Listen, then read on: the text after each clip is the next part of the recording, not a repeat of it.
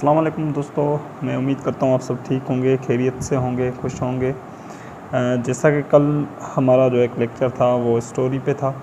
Story मैंने आप लोगों को ट्रांसलेट करके सुनाई थी। उसके बाद एक होमवर्क दिया था जिसमें आप लोगों को टाइटल देना था उस स्टोरी को, लेकिन काफ़ी बच्चे ऐसे थे जिन्होंने होमवर्क नहीं किया। काफ़ी उन्हें 2-3-4 बच्चों ने होमवर्क किया। अब मैं ऐसा करूँगा, जो जो बच्चे एक्टिव नहीं हैं, जो रिस्पॉन्स नहीं कर रहे, उनको मैं आज रात या 1-2 दिन में जो है रिमूव कर दूँगा ग्रुप से, क्योंकि ऐसे बच्चे हमें चाहिए ही नहीं। एक तो हम फ्री में पढ़ा रहे हैं भाई आपको, और दूसरी बात ये कि आप रिस्पॉन्स भी ना करें, और हम यहाँ पे जो है अपना टाइम निकाल के आप लोगों को दे रहे हैं। तो इसका ये मतलब नहीं है कि आप जो है रिस्पॉन्स भी ना करें और हमारे ग्रुप का हिस्सा बन के बैठे रहें, ऐसा होगा नहीं हरगिज़। तो खैर, आज जो हमारा लेक्चर का टॉपिक है वो है राइटिंग पैराग्राफ टिप्स। ये 1-2 लेक्चर मैं इस वजह से कर रहा हूँ क्योंकि 15 से हमारी मिनी सीरीज़ स्टार्ट होगी, तो उसके बाद हम ये चीज़ें शायद ही कवर कर पाएँ, और ये भी कवर करना लाजमी है। और ग्रुप में जितने भी बच्चे हैं वो या तो यूनिवर्सिटी के स्टूडेंट्स हैं, या तो कॉलेज के, या 9th और मैट्रिक क्लास के। तो कोई बच्चे है नहीं 5वीं 6 क्लास के जिनको जो है ABCD से स्टार्ट कराया जाए। तो कुछ ऐसी चीज़ें हैं जो आप खुद से करें, सेल्फ स्टडी करें। कुछ समझ ना आए तो हमसे पूछ लिया करें। सॉरी। तो आज हमारा जो लेक्चर है वो है पैराग्राफ पे, क्योंकि हर बच्चा जो है पैराग्राफ लिखता रहता है, कभी एग्ज़ाम में तो कभी ऐसे, मतलब पैराग्राफ की जो है हमें नीड पड़ती रहती है हर जगह पे। और ये पैराग्राफ जो है CSS के ऐसे पेपर में भी होते हैं, ऐसे का जो पेपर होता है उसमें भी पैराग्राफिंग होती है। उसके अलावा न्यूज़पेपर में आर्टिकल लिखने के लिए भी पैराग्राफ राइटिंग स्किल्स का पता होना लाजमी है। और ये पैराग्राफ राइटिंग जो है आपकी जो ग्रामर है उसको भी ज़्यादा स्ट्रॉन्ग करता है। जब आप लिखते हैं और उसको असेस कराते हैं किसी मेंटोर से, तो आपको पता चलता है आपको किस किस पोर्शन पे काम करना है। तो अब हम और टाइम वेस्ट नहीं करते, डायरेक्ट चलते हैं अपने टॉपिक पे। अब यहाँ पे मैंने लिखा है राइटिंग पैराग्राफ टिप्स। तो पहले हम कुछ टिप्स शेयर कर देता हूँ मैं आप लोगों के साथ कि कौन कौन सी टिप्स हैं जिनको हम इस्तेमाल करके अपना पैराग्राफ को बेस्ट बना सकते हैं। सबसे पहले एक चीज़ हमें जाननी है, वो ये कि पैराग्राफ जो है उसमें 3 चीज़ें होना लाजमी है। मतलब 3 चीज़ों पे बेस करके ही एक पैराग्राफ बनता है, जिसमें हेड होता है, बॉडी होता है और कंक्लूजन होता है। मैं एक मिनट, अब एक आ गया हमारे पास हेड ऑफ पैराग्राफ, ठीक है। दूसरा हमारी हो गई बॉडी, और तीसरा होता है कंक्लूजन। मैं इसको थोड़ा जूम कर देता हूँ, एक मिनट। थोड़ी जो है यहाँ पर लैपटॉप की जो कीपैड है इस पर टच करना थोड़ा मसला होता है। अब हेड में क्या होता है कि जो हमारा टॉपिक होता है, सबसे पहले एक चीज़ ये है कि पैराग्राफ के अंदर सिंगल टॉपिक होता है। उसमें आप ऐसा नहीं कर सकते कि दो जो है सेंटेंस को मिला के पैराग्राफ लिखें। टॉपिक आपका जो सेंटेंस होता है, जो मेन सेंटेंस होता है या मेन आइडिया होता है पैराग्राफ का, वो आपका सिंगल होना चाहिए। उसको हम हेड ऑफ पैराग्राफ कहते हैं। उसके बाद होता है बॉडी। बॉडी में हम क्या करते हैं, जो हम ऊपर लिख के आते हैं, फॉर एग्ज़ाम्पल मैं लिखता हूँ माय कंट्री इज़ ब्यूटीफुल। अब ये समझ लो मेरा जो है मेन आइडिया है पैराग्राफ के अंदर, माय कंट्री इज़ ब्यूटीफुल। अब मैं यहाँ पे ऐसे नहीं कर सकता my country is beautiful and something else वगैरह लगा के जो है वो पैराग्राफ नहीं बनेगा, क्योंकि उसमें 2 सेंटेंस आ गए। और हमें जो रूल्स को फॉलो करना है वो है हेड जो हमारा होता है उसमें मेन सेंटेंस होता है। जैसे मैंने लिखा माय कंट्री इज़ ब्यूटीफुल, अब ये हमारा हो गया मेन सेंटेंस। अब हम इसकी बॉडी पे काम करते हैं कि भाई ब्यूटीफुल से मुराद क्या। अब हमें यहाँ पे बॉडी में बताना होता है, और बॉडी में हम जो भी लिखते हैं वो हमारे हेड जो होता है, जो हमारा मेन सेंटेंस होता है, उसको सपोर्ट करे। ऐसा ना हो कि बॉडी में कुछ आप और लिखें। यहाँ पे आपने ब्यूटीफुल का जिक्र किया है, नीचे आप टेररिज्म बता रहे हैं, तो ये आपकी जो पैराग्राफ की रेलेवेंसी होती है उसको ख़राब कर देता है। तो इसलिए अब जैसे मैंने लिखा माई कंट्री इज़ ब्यूटीफुल, अब बॉडी में मैं लिखता हूँ in my country there are many mountains, there are many peaks. इस तरह से जो है हम लिखेंगे तो हमारा मेन सेंटेंस जो होगा उसको वो सपोर्ट करेगा, और इससे ही पैराग्राफ लिखा जाता है। और कंक्लूजन भी ऐसे ही होता है। कंक्लूजन से मुराद क्या, आपको अपना पैराग्राफ को जो है वाइंड अप करना है। अब लास्ट में पैराग्राफ के जो कंक्लूजन होता है उसमें 2-3 लाइनें आपको ऐसी लिखनी होती है जो आपको पूरे पैराग्राफ को समराइज़ कर दे, ठीक है। अब आते हैं हम टिप्स पे। लेक्चर थोड़ा बड़ा हो रहा है तो उसके लिए सॉरी।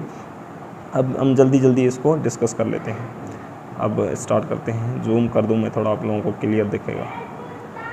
अब जैसे यहाँ पे starts with a clear topic sentence, मतलब कि जो आपका पहला सेंटेंस हो वो क्लियर होना चाहिए, उसमें 2 सेंटेंस वगैरह ना हो। ब्यूटीफुल, अगर जैसे मैंने बताया माई कंट्री इज़ ब्यूटीफुल, तो उसमें आपको ब्यूटीफुल पे ही काम करना है, ब्यूटीफुल को आपको प्रूव भी करना होता है, ठीक है, वो बॉडी के अंदर।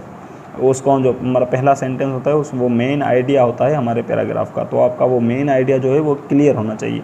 उसके बाद यूज़ सपोर्टिंग डिटेल्स। अब जैसे मैंने बताया पहले कि बॉडी के अंदर जो है हम जो भी इंफॉर्मेशन रखते हैं वो हमारी सपोर्ट करती है हमारे मेन आइडिया को, तो आपकी बॉडी जो है वो हटकर ना हो। अगर आपने ब्यूटीफुल को लेके आए हो टॉपिक के अंदर, माई कंट्री इज़ ब्यूटीफुल, तो आप वहाँ पे टेररिज्म का जिक्र नहीं कर सकते, ठीक है।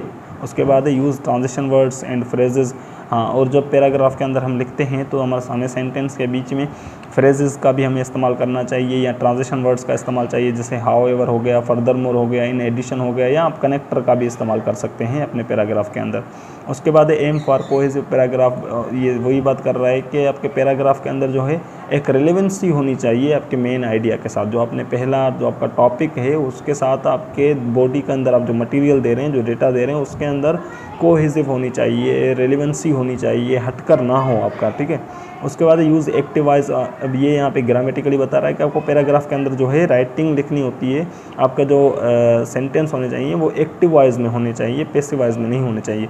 लेकिन ऐसा नहीं है कि पैसिव वॉइस आप इस्तेमाल ही नहीं कर सकते, क्योंकि जब हम हिस्टोरिकल इवेंट पे पैराग्राफ लिखते हैं या हिस्ट्री में से किसी टॉपिक पे लिखते हैं तो हम वहाँ पे पैसिव वॉइस का भी इस्तेमाल करते हैं, या तो अदरवाइज़ जो है एक्टिव वॉइस पे ही पैराग्राफ लिखे जाते हैं। और आपके जो वर्ड्स हैं और आपकी जो वोकेबलरी है वो भी थोड़ी स्ट्रॉन्ग होनी चाहिए, जिससे नीचे उसने बताया हुआ है।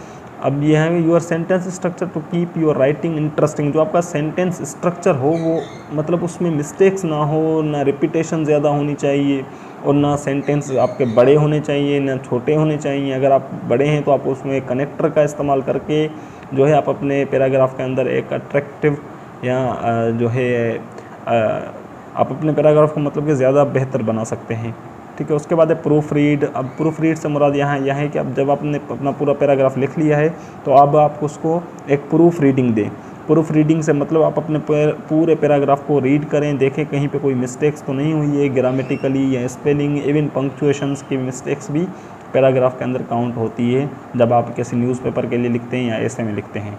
तो अब आप इन चीज़ों का भी थोड़ा ख्याल करें। ये थी टिप्स हमारी राइटिंग पैराग्राफ के अंदर। उसके बाद हम अगर एक एग्जांपल के तौर पे पैराग्राफ देख लें ज़्यादा समझने के लिए, तो वो मैंने लिखा है यहाँ पे। अब जैसे मैंने लिखा है, मेरा टॉपिक है my favourite hobby is playing the guitar, कि मेरी जो हॉबी है वो फेवरेट हॉबी कौन सी है, वो गिटार को प्ले करना, प्ले मतलब बजाना, ठीक है। अब यहाँ पे हम देख लेते हैं, playing the guitar is my favourite hobby. अब यहाँ पे देखो इसने अपना मेन आइडिया दे दिया, not only is it fun and relaxing but it also allows me to express my self creativity.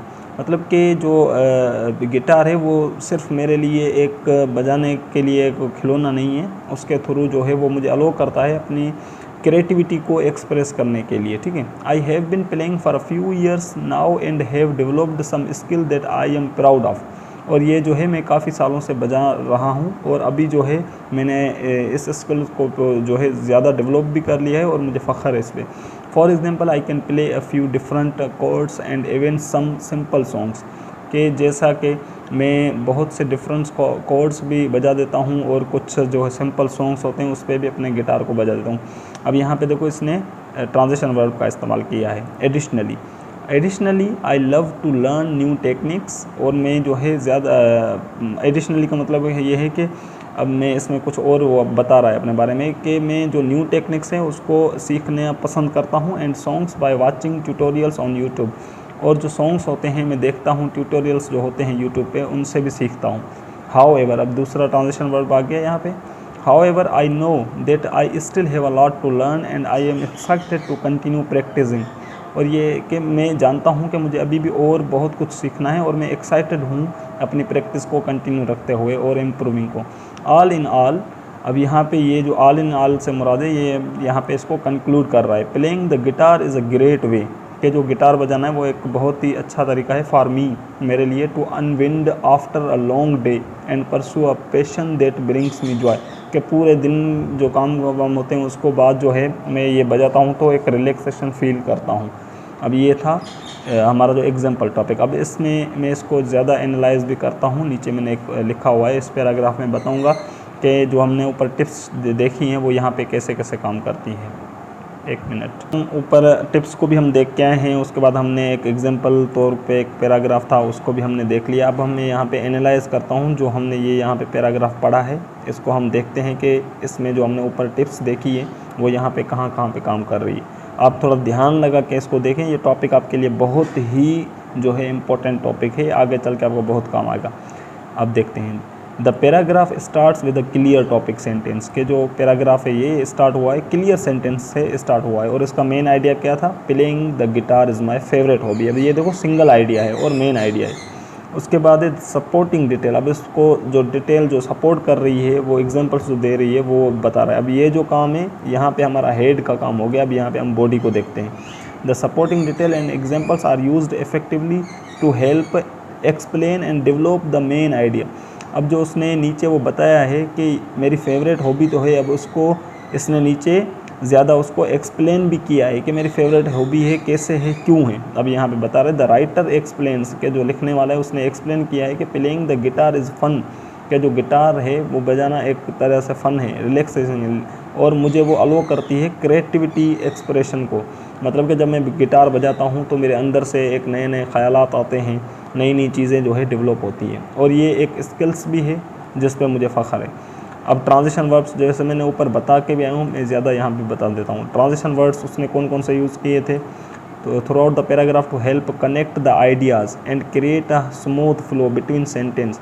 पहली बात यह कि ट्रांजिशन वर्ब हम जो है वर्ड जो इस्तेमाल करते हैं वो हमारे जो सेंटेंस होते हैं उन दो सेंटेंस को मिलाने के लिए या कनेक्ट करने के लिए हम ट्रांजिशन वर्ड का इस्तेमाल करते हैं, या उसमें स्मूथ फ्लो जो होता है उसको क्रिएट करने के लिए, मतलब कि एक इजी तरीका क्रिएट करने के लिए भी हम ट्रांजिशन वर्ड्स का इस्तेमाल करते हैं। अब उसने कौन कौन से वर्ड यूज़ किए हैं, the writer uses not only, ठीक है, एडिशनली एंड हाउएवर, ये उसने ट्रांजिशन वर्ड्स इस्तेमाल किए हैं। उसके बाद the paragraph sticks to one main idea और थीम, कि जो पैराग्राफ है वो सिर्फ और सिर्फ एक मेन आइडिया पे ही था, या उसकी एक ही थीम थी, मतलब हट कर नहीं था, ठीक है, which is playing the guitar, और वो क्या थी, playing the guitar as a hobby, एक हॉबी के तौर पे, ठीक है। The writer doesn't go off on tangents, मतलब कि राइटर जो है अपने टॉपिक से हटकर कहीं और नहीं गया।